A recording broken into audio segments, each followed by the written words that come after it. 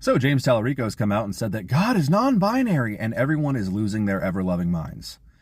And for good reason, because not only is the statement absolutely moronic, it's also very intentionally deceptive. Why is it intentionally deceptive? Well, because technically speaking, it's not incorrect. But it is very misleading.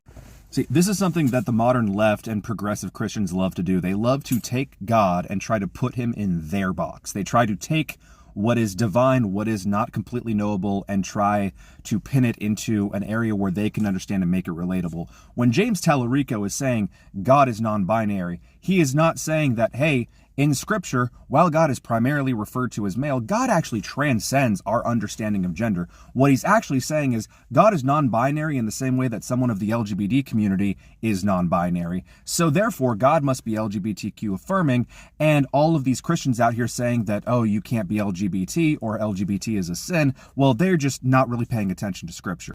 And going all the way back to Genesis, we know that Satan's biggest tool is deception, because he doesn't go to Eve and say, oh, this is the truth. He goes to Eve and makes her question what God actually said. In fact, let's stick with Genesis. Genesis talks about how we are made in God's image. It also talks about how God made us male and female.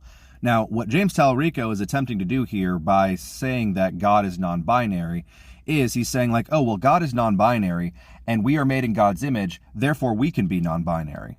This is one of the things with every great deception, there is a kernel of truth in here because, yeah, God transcends our conception of gender, but at the same time, we are not God. We are made in his image. In the same way, I am made in my parents' image. I have a mother. I have a father. I am made in their image. I retain genetic markers that tie me to them, traits, both in personality and in physicality, that tie me to them, but I am not my parents.